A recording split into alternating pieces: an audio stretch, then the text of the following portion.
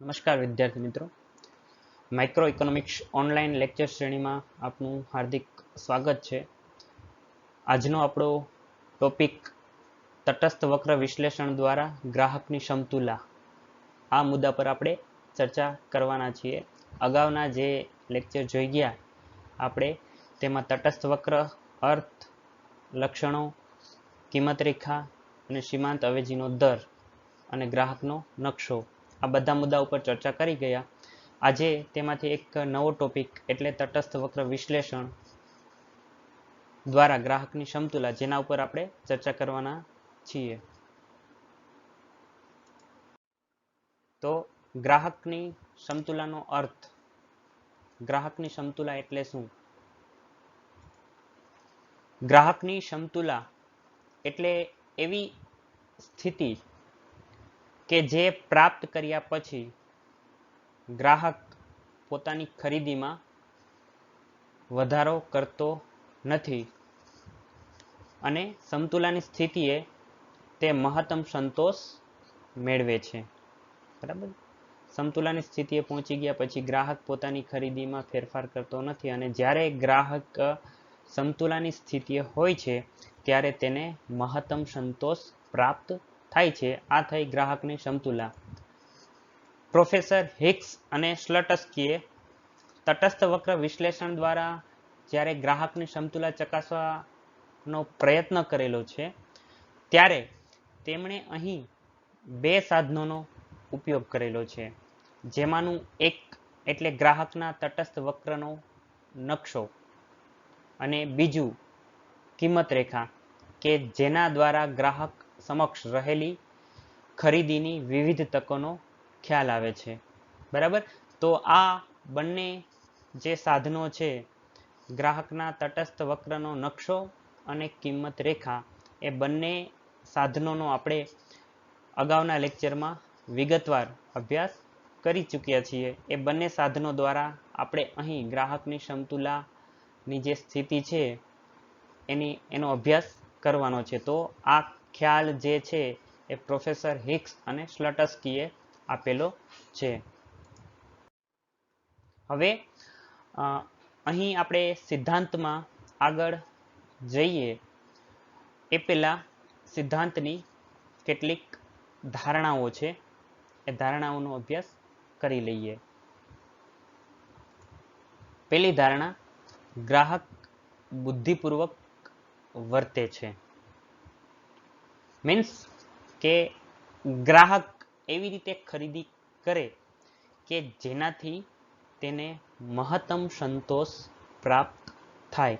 બરાબર, એ વર્તનને અહીં ગ્રાહકનું બુદ્ધિપૂર્વકનું વર્તન કહેવામાં આવ્યું છે. એટલે પહેલી ધારણા આ મુજબ રહેશે, ગ્રાહકનું જે વર્તન છે તે બુદ્ધિપૂર્વકનું છે, અથવા તો આપણે એમ કહી શકીએ કે તર્કસંગત. બરાબર, પોતાને મહત્તમ સંતોષ મળે તે રીતે એ આપેલ સાધનોમાંથી ખરીદી કરે છે. ધારણા નંબર 2, ગ્રાહક જે છે તેની આવક 10 રૂપિયા આપેલી છે અને તેમાં કોઈ ફેરફાર થતો નથી. એટલે કે આવકને અહીં સ્થિર ધારવામાં આવેલી છે. બરાબર, જે આપેલી આવક છે એમાં જ ગ્રાહકે ખરીદી કરવાની છે અને એ આવકમાંથી જ ગ્રાહક છે એ મહત્તમ સંતોષ મેળવવાનો છે. પછી અહીં જે મોડેલ છે તેમાં બે વસ્તુઓને ધ્યાનમાં લીધેલી છે. બરાબર, ગ્રાહક સફરજન અને મોસંબી એમ બે વસ્તુઓ ખરીદવા માગે છે. તો આ બે વસ્તુઓ સિવાય બીજી વસ્તુ ગ્રાહક ખરીદતો નથી. અહીં આપણે XY વસ્તુના ઉદાહરણ પણ લઈ શકીએ છીએ. ચોથી ધારણા, જે બંને વસ્તુઓ આપેલી છે, બરાબર, સફરજન અને મોસંબી, એ બંને વસ્તુઓની કિંમત આપેલી છે.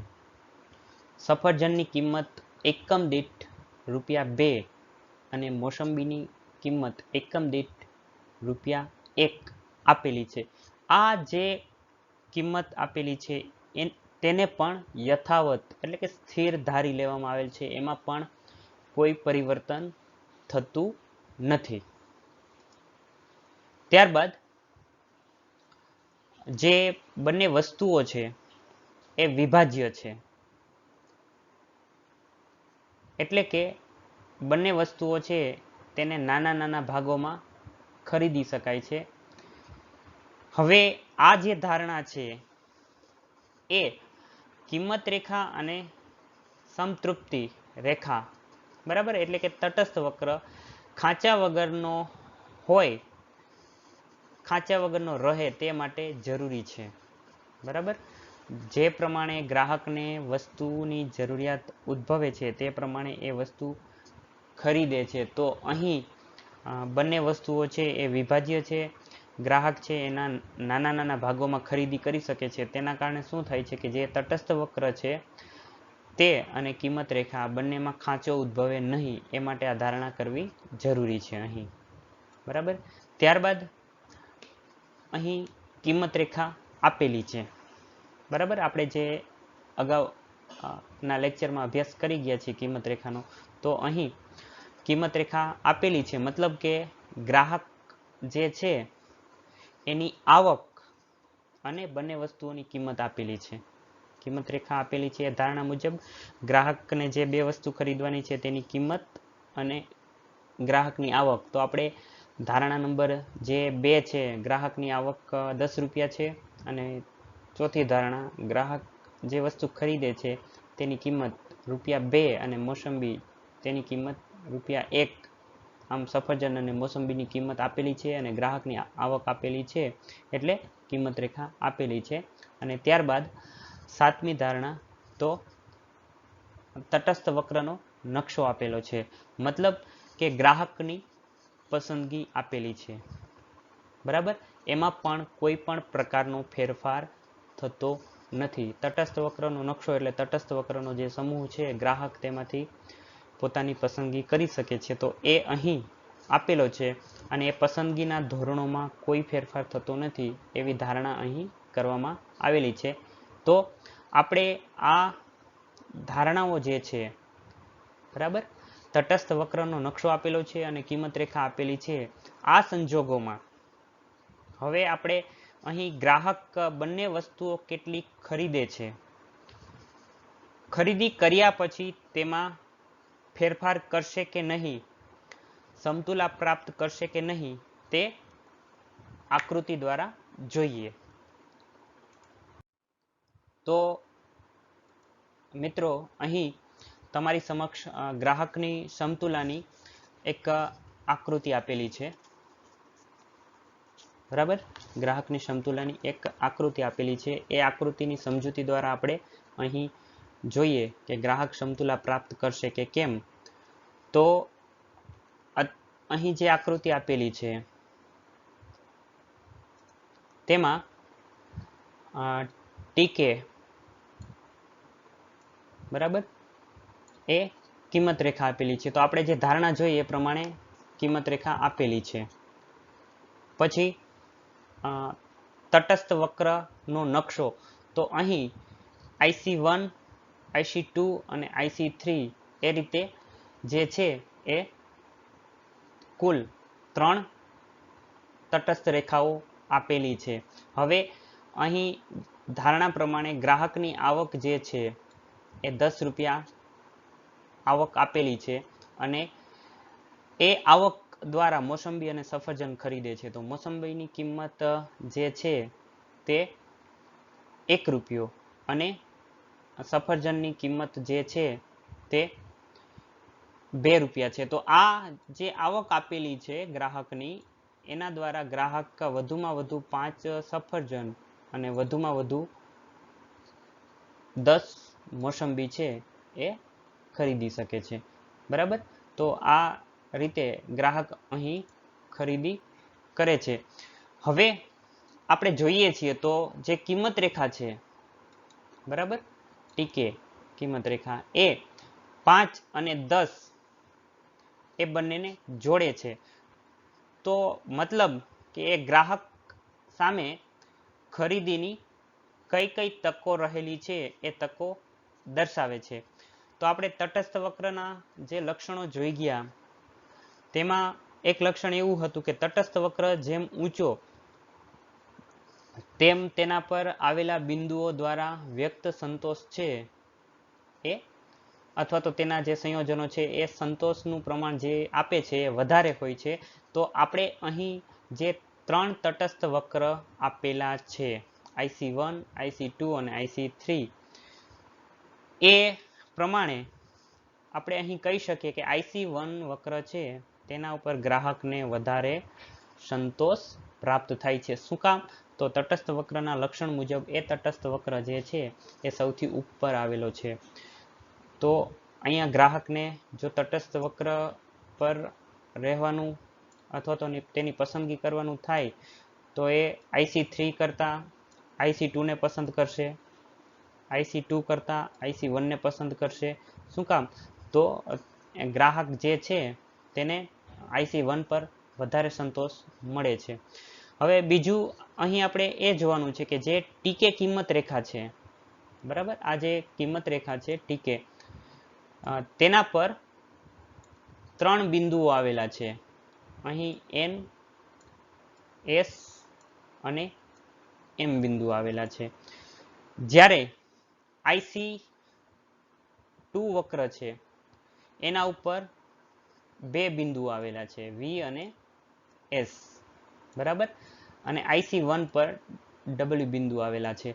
તો હવે આપણે જોવાનું છે કે જુદા જુદા જે તટસ્થ વક્ર આપેલા છે એટલે કે તટસ્થ વક્રનો નકશો આપેલો છે અને કિંમત રેખા આપેલી છે, તો કયા સંયોજને ગ્રાહકને જે છે એ વધારે સંતોષ પ્રાપ્ત થાય એની સમજૂતી આપણે મેળવીએ.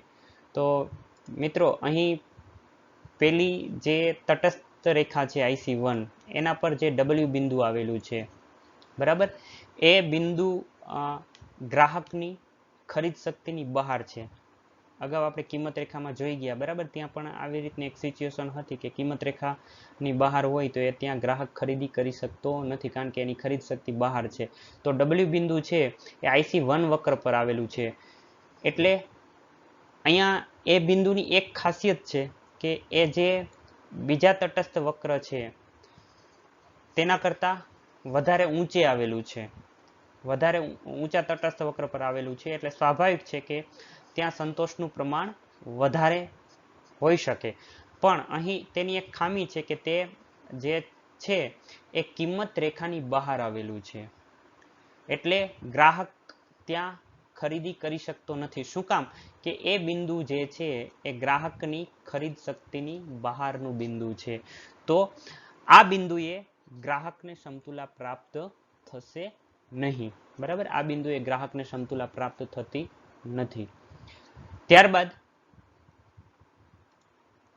N અને M બિંદુઓ જે અહીં તમે જોઈ શકો છો, N અને M બિંદુઓ IC3 પર આવેલા છે, બરાબર. તો એ 2 બિંદુઓ છે એ કોઈ પણ બિંદુએ ગ્રાહક ખરીદી કરી શકે છે, બરાબર, કોઈ પણ બિંદુએ ગ્રાહક છે એ ખરીદી કરી શકે છે. આ બંને બિંદુઓ એક સાથે તટસ્થ વક્ર IC3 પર આવેલા જોવા મળે છે. હવે અહીં એ જોવા મળે છે કે IC3 જે વક્ર છે તેના કરતાં IC2 વક્ર છે એના કોઈ પણ બિંદુએ વધારે સંતોષ પ્રાપ્ત થઈ શકે છે. અને જે IC2 વક્ર છે તેના કરતાં ગ્રાહકને જે છે એ IC1 વક્ર પર વધારે સંતોષ પ્રાપ્ત થઈ શકશે. તો આપણે અહીં કહી શકીએ કે N અને M બિંદુઓ કિંમત રેખા પર આવેલા છે, તટસ્થ વક્ર ઉપર પણ આવેલા છે, છતાં પણ ત્યાં ગ્રાહક જે છે એ સમતુલા મેળવતો નથી. શું કામ સમતુલા નથી મેળવતો? તો ત્યાં તેને મહત્તમ સંતોષ પ્રાપ્ત થતો નથી, બરાબર. આપણે જે ધારણા છે તે પ્રમાણે ગ્રાહકનું વર્તન કેવું છે?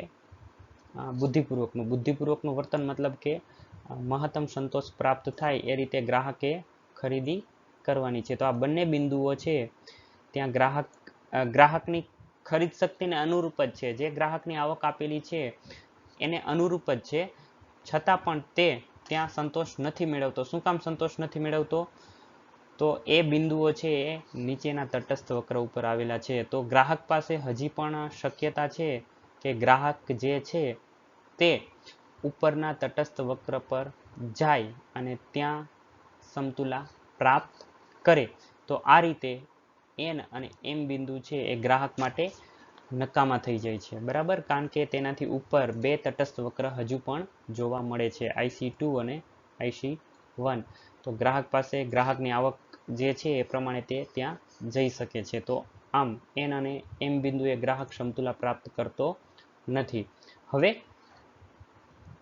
ત્રીજું, બરાબર, તો તમે અહીં જોઈ શકો છો IC2 વક્ર પર V અને S બિંદુઓ આપેલા છે. V અને S બિંદુ આપેલા છે. તો આપણે પહેલા જ જોઈ ગયા મિત્રો કે W બિંદુ છે એ ગ્રાહકની ખરીદ શક્તિની બહાર છે, એટલે ગ્રાહકને ત્યાં જવાની કોઈ શક્યતા નથી. પછી IC3 પર N અને M બિંદુઓ આવેલા છે. તો ત્યાં ગ્રાહક પાસે એક શક્યતા એવી છે કે ગ્રાહક જે છે એ ઉપરના તટસ્થ વક્ર પર જાય અને ત્યાં ખરીદી કરે. હવે આ શક્યતા આપણે જોઈ લીધી. પછી IC2 વક્ર પરના જે બિંદુઓ છે, બરાબર, તો એ બંને બિંદુઓ એક જ વક્ર પર આવેલા છે અને આપણે જે અગાઉ જોઈ ગયા છીએ તટસ્થ વક્રના લક્ષણો કે એક જ તટસ્થ વક્ર પર આવેલા બંને બિંદુઓ છે એ ગ્રાહકને સરખો સંતોષ આપે છે. તો એ પ્રમાણે જોઈએ તો V બિંદુ અને S બિંદુ આ બંને બિંદુમાંથી ગ્રાહકને સરખો સંતોષ મળવો જોઈએ. બરાબર, ગ્રાહકને સરખો સંતોષ મળવો જોઈએ. તો આપણે ચકાસીએ કે ગ્રાહક કયા બિંદુએ સમતુલા પ્રાપ્ત કરે છે.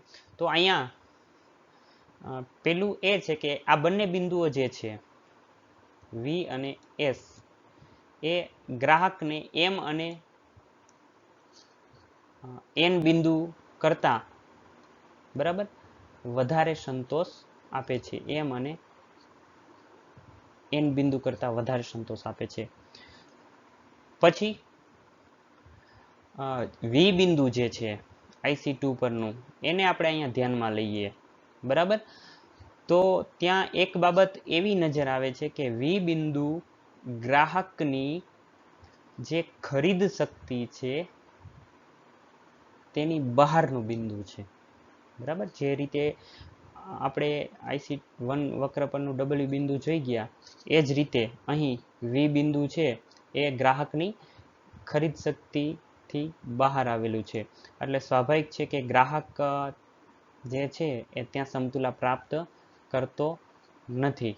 બરાબર, હવે આથી S બિંદુ એક જ બિંદુ વધ્યું. આપણા જે તટસ્થ વક્રનો નકશો અને કિંમત રેખા આપેલી છે પ્રસ્તુત વિશ્લેષણમાં, એક જ S બિંદુ એવું વધ્યું છે કે જે ગ્રાહકને મહત્તમ સંતોષ આપી શકે. બરાબર, તો IC2 વક્ર પર આવેલું છે. અહીંયા આપણે એ પણ જોઈ શકીએ છીએ કે S બિંદુ IC2 વક્ર પર આવેલું છે.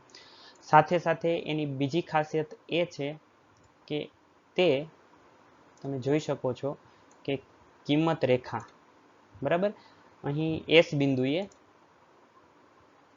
જે છે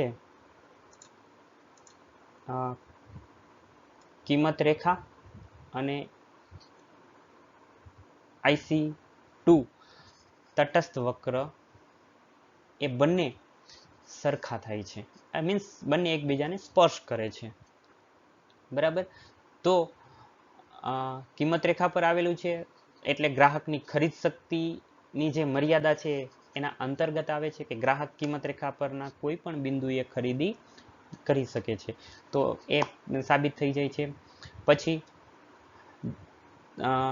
અહીં તટસ્થ વક્ર પર આવેલું છે. આપણે બાકીના બિંદુઓનું સંયોજન જોઈ ગયા બરાબર, IC1 અને IC3. તો IC1 પરનું W બિંદુ, IC2 પરનું V બિંદુ એ ગ્રાહકની ખરીદ શક્તિની બહારના બિંદુઓ છે. IC3 પરના બંને બિંદુઓ N અને M ત્યાં ગ્રાહકને હજી ઉપર જવાની શક્યતા દેખાય છે. બરાબર, એનાથી ઉપર તટસ્થ વક્ર આવેલો છે જે કિંમત રેખાને સ્પર્શ કરે છે. તો એનો મતલબ એવો થઈ શકે કે S બિંદુએ ગ્રાહક સમતુલા પ્રાપ્ત કરે છે. હવે સમતુલા પ્રાપ્ત કરે છે ત્યારે શું થાય એ જોઈએ. તો જ્યારે સમતુલા પ્રાપ્ત કરે ગ્રાહક S બિંદુએ, તો તે 3 સફરજન ખરીદે છે અને 4 મોસંબી ખરીદે છે. બરાબર, તો સફરજનની કિંમત આપણે અગાઉ ધારણામાં જોઈ તે પ્રમાણે 2 રૂપિયા છે. 3 ગુણ્યા 2 બરાબર 6 અને મોસંબી છે એની કિંમત 1 રૂપિયો છે. તો 4 ગુણ્યા 1 બરાબર 4. તો આ રીતે જે છે એ 6 વત્તા 4 બરાબર 10 રૂપિયા જે ગ્રાહકની આવક આપેલી હતી એ વપરાઈ જાય છે. એનો મતલબ એવો થશે કે બધા રૂપિયા પૂર્ણ રીતે ખર્ચાઈ જવાથી ગ્રાહક જે છે તે S બિંદુએ સમતુલા પ્રાપ્ત કરે છે અને S બિંદુએ ગ્રાહકને મહત્તમ સંતોષ પ્રાપ્ત થાય છે. બરાબર, આ બિંદુએ ગ્રાહક મહત્તમ સંતોષ મેળવે છે, એટલે કે ગ્રાહક S બિંદુએ સમતુલા પ્રાપ્ત કરે છે. હવે આપણે નેક્સ્ટ આગળ જોઈએ સમતુલાની શરતો. તો એ આ પ્રમાણે આપી શકાય. અહીં તમારી સમક્ષ એક બીજી આકૃતિ છે. બરાબર, તો એમાં પણ આપણે જોઈ શકીએ છીએ કે IC2 પરનો જે S બિંદુ છે ત્યાં કિંમત રેખા અને તટસ્થ વક્ર એકબીજાને સ્પર્શ કરે છે. એટલે એ બિંદુ છે એ ગ્રાહકની સમતુલાનું બિંદુ છે. S બિંદુએ કિંમત રેખા અને તટસ્થ વક્રનો ઢાળ પણ સરખો થાય છે. બરાબર, એકબીજાને સ્પર્શે છે એટલે મતલબ કે ઢાળ છે એ સરખો થઈ જાય છે. તો આપણે એ આ રીતે અહીંયા જોઈ શકીએ કે આ બંને જે છે એ આવી રીતના થઈ ગયા. તો શું થયું, એ ઢાળ જે હતો બંનેનો એ સરખો થઈ ગયો. બરાબર, કિંમત રેખા અને તટસ્થ વક્ર બંનેનો ઢાળ અહીંયા સરખો થઈ જાય છે. તટસ્થ વક્રનો ઢાળ જે છે તે શું બતાવે છે?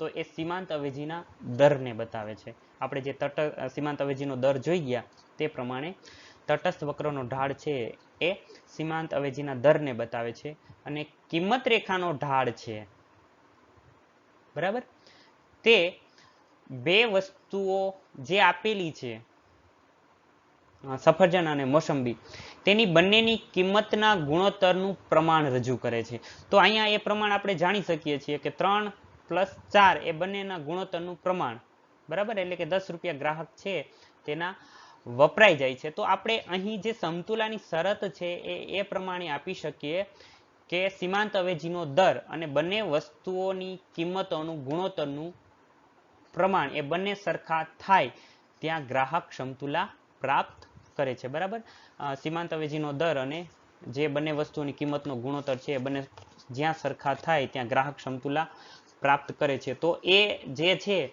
એને આપણે અહીં બરાબર આપણું જે આ પ્રસ્તુત આકૃતિ છે એમાં જોઈએ કે કેવી રીતે શક્ય બને છે. તો અહીં તમને IC1 વક્ર જે આપેલો છે તેના પર S1 બિંદુ આપેલું છે. બરાબર, તેના પર S1 બિંદુ આપેલું છે. એ પણ એ બિંદુની પણ ખાસિયત છે કે કિંમત રેખા પર આવેલું છે, એટલે ગ્રાહકની ખરીદ શક્તિ જે છે એમાં આવેલું છે. બરાબર, કિંમત રેખા ઉપર આવેલું છે, તટસ્થ વક્ર ત્યાં તેને સ્પર્શ કરે છે IC1. તો અહીં આપણે જે જોવાનું છે એ S1 બિંદુએ સીમાંત અવેજીનો દર અને બંને વસ્તુઓની કિંમતનો ગુણોત્તર પ્રમાણ સરખા થાય છે. એ પણ સરખા થઈ જાય છે જે આપણી શરત છે. તો આમ છતાં S બિંદુએ ગ્રાહક જે છે એ સમતુલા પ્રાપ્ત કરતો નથી. એવું શું કામ? બંને શરતોનું પાલન થાય છે, બંને એકબીજાને સ્પર્શ કરે છે, સીમાંત અવેજીનો દર અને કિંમતનો ગુણોત્તર પ્રમાણ જે છે એ પણ સરખું થાય છે, છતાં ગ્રાહક ત્યાં સમતુલા પ્રાપ્ત નથી કરતો. શું કામ? તો કે તમે અહીં જોઈ શકો છો આ જે ગાળો છે ત્યાં તટસ્થ વક્ર મૂળ બિંદુએથી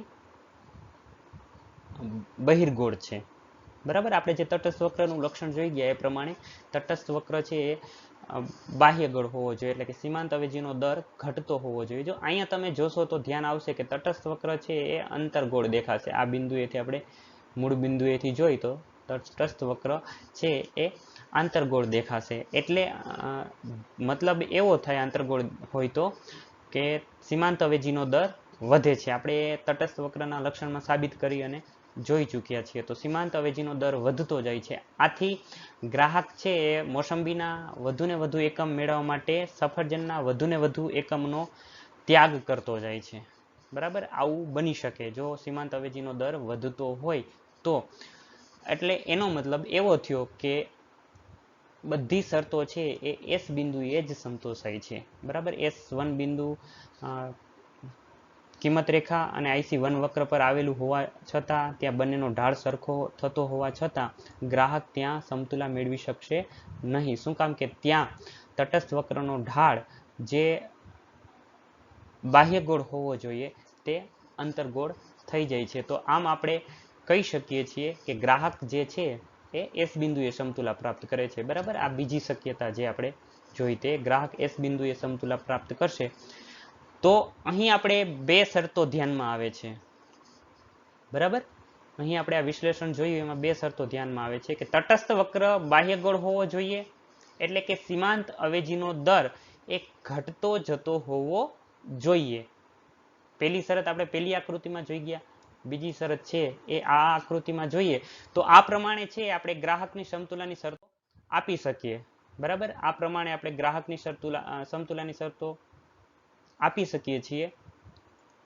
પહેલી શરત એવી થશે, કિંમત રેખા અને તટસ્થ વક્ર એકબીજાને સ્પર્શતા હોવા જોઈએ. તો એ આપણે આકૃતિમાં જોઈ ગયા કે જ્યાં બંને સરખા થાય છે ત્યાં ગ્રાહક સમતુલા મેળવે છે.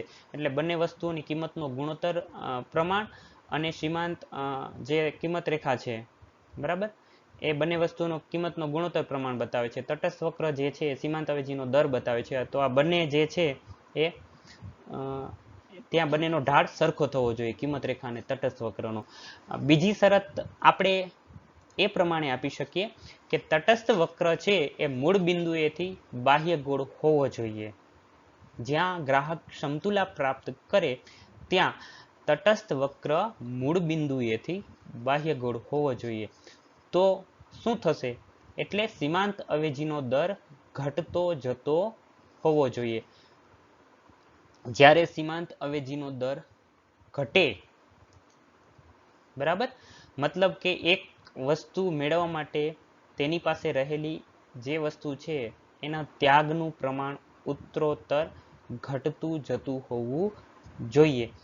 જ્યારે આ બંને શરતોનું પાલન થશે ત્યારે ગ્રાહક જે છે એ સમતુલા પ્રાપ્ત કરશે અને એ બિંદુએ ગ્રાહકને મહત્તમ સંતોષ પ્રાપ્ત કરશે. એટલે આપણે જે આકૃતિ જોઈ ગયા, બરાબર, તો એ પ્રમાણે આ થઈ શકશે કે અહીંયા બંને સ્પર્શ કરે છે, બંનેનો ઢાળ સરખો, તટસ્થ વક્ર અને કિંમત રેખા એકબીજાને સ્પર્શ કરે છે. પહેલી શરત પૂરી થઈ ગઈ, સ્પર્શતા હોવા જોઈએ, બરાબર. એના સિવાય હોય તો એ આપણે શક્યતા જોઈ ગયા કે બહાર હોય તો ખરીદ શક્તિની મર્યાદા આવી જાય છે, નીચે હોય તો જે છે તેની ખરીદ શક્તિ વધે છે. અને બીજું જે શરત છે કે સીમાંત અવેજીનો દર ઘટતો હોવો જોઈએ. તો તટસ્થ વક્ર છે એ આ પ્રમાણે હોવો જોઈએ, એટલે કે બાહ્ય ગોળ હોવો જોઈએ, બરાબર. તો આ જે થયું એ તટસ્થ વક્ર વિશ્લેષણ દ્વારા ગ્રાહકની સમતુલા આપણે અહીં તટસ્થ વક્રમાં ગ્રાહક કેવી રીતે સમતુલા મેળવે છે એનો વિગતવાર અભ્યાસ કર્યો. અને આપણો જે આજનો ટોપિક છે મિત્રો એ અહીં આપણે પૂર્ણ કરીએ છીએ. નમસ્કાર. થેન્ક યુ મિત્રો. આવજો.